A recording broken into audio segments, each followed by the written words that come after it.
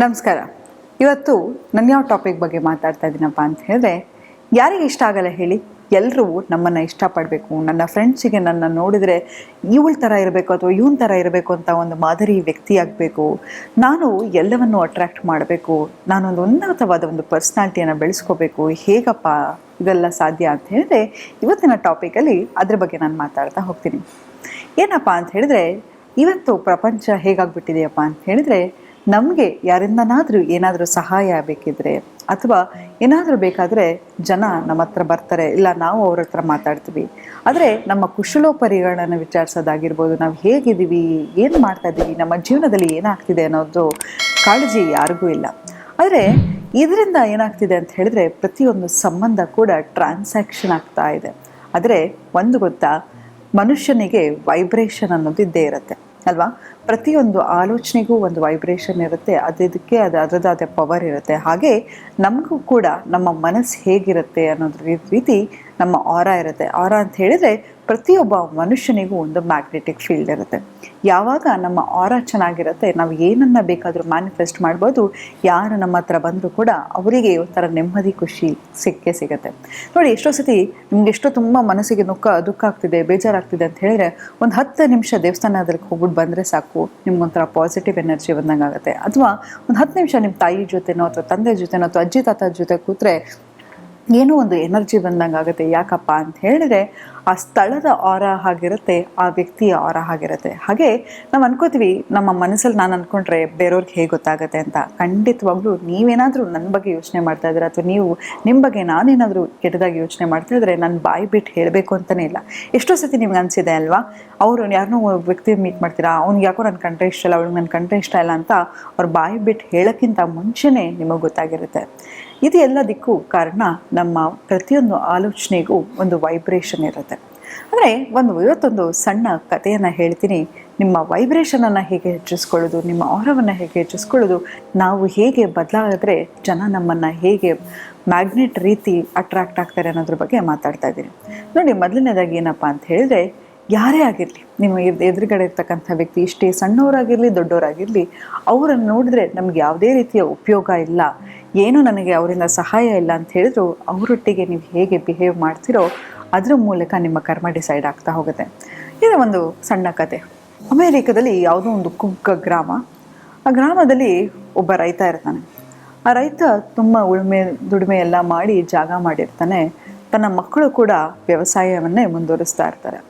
ಒಂದಿನ ಏನಾಗುತ್ತೆ, ಹೀಗೆ ಸಮಯ ಕಳೀತಾ ಆ ರೈತನಿಗೆ ತುಂಬಾ ಪ್ರಾಯ ಆಗ್ತಾ ಹೋಗುತ್ತೆ. ತನಗೆ ಕೆಲಸ ಮಾಡೋಕ್ಕಾಗಲ್ಲ, ಮೂಲೆಯಲ್ಲಿ ಕೂತಿರ್ತಾನೆ. ಮಗ ದುಡ್ದು ತಂದೆಗೆ ಹಾಕಬೇಕಾಗತ್ತೆ. ಮಗನಿಗೆ ತುಂಬಾ ಸೆಟವನ್ನು ಬಿಡುತ್ತೆ. ಅಯ್ಯೋ, ಈ ಯಪ್ಪನಿಂದ ನನಗೇನು ಪ್ರಯೋಜನ ಇಲ್ಲ, ಇವ್ರನ್ನ ಇಟ್ಕೊಂಡು ಏನು ಮಾಡೋದು ಅಂಥೇಳಿ ಒಂದು ದೊಡ್ಡ ಮರದ ಪೆಟ್ಟಿಗೆಯನ್ನು ರೆಡಿ ಮಾಡ್ತಾನೆ. ಹೋಗಿ ತಂದೆಗೆ ಹೇಳ್ತಾನೆ, ಬಾ ಕೂತ್ಕೋ ಬಾ ಅಂತ. ತಂದೆ ಏನೂ ಮಾತಾಡದೆ ಒಳಗಡೆ ಹೋಗಿ ಮಲಗ್ತಾರೆ. ನಂತರ ಅವನೇನು ಮಾಡ್ತಾನೆ, ಯಾವುದೋ ಒಂದು ಬೆಟ್ಟದ ತುದಿಯಿಂದ ತನ್ನ ತಂದೆಯನ್ನು ತಳ್ಳಬೇಕು ಅಂತ ಕರ್ಕೊಂಡು ಹೋಗ್ತಾ ಇರ್ತಾನೆ. ಅದನ್ನು ಎಳ್ಕೊಂಡು ಹೋಗಬೇಕಾದ್ರೆ ಒಳಗಡೆಯಿಂದ ಸದ್ದು ಬರುತ್ತೆ.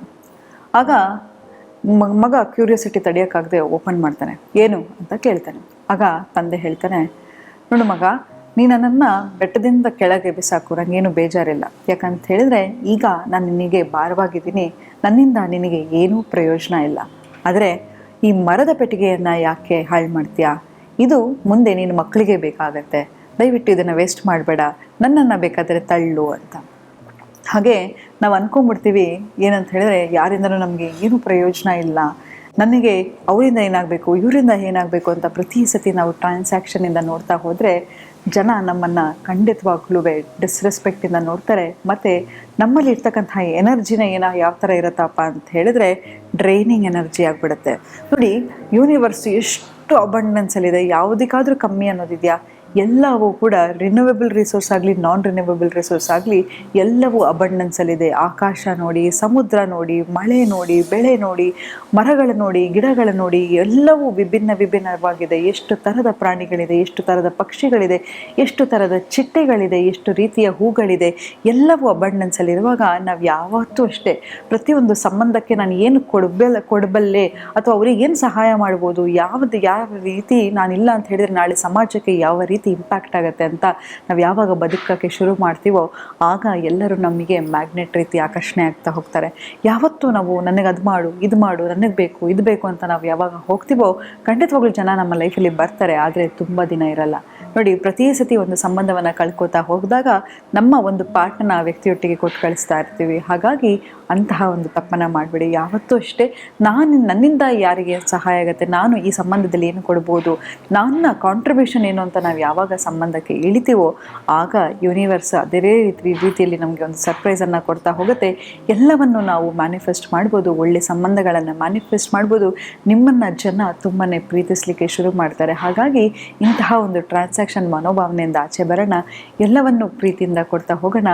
ನಾವು ಚೆನ್ನಾಗಿರೋದಲ್ಲದೆ ನಮ್ಮ ಜೊತೆ ಎಲ್ಲರನ್ನೂ ಚೆನ್ನಾಗಿಡೋಣ ಅಂತ ಹೇಳ್ತಾ ಇವತ್ತಿನ ಸಂಚಿಕೆನ ನಾನು ಮುಕ್ತಾಯಗೊಳಿಸ್ತಿದ್ದೀನಿ. ಧನ್ಯವಾದಗಳು.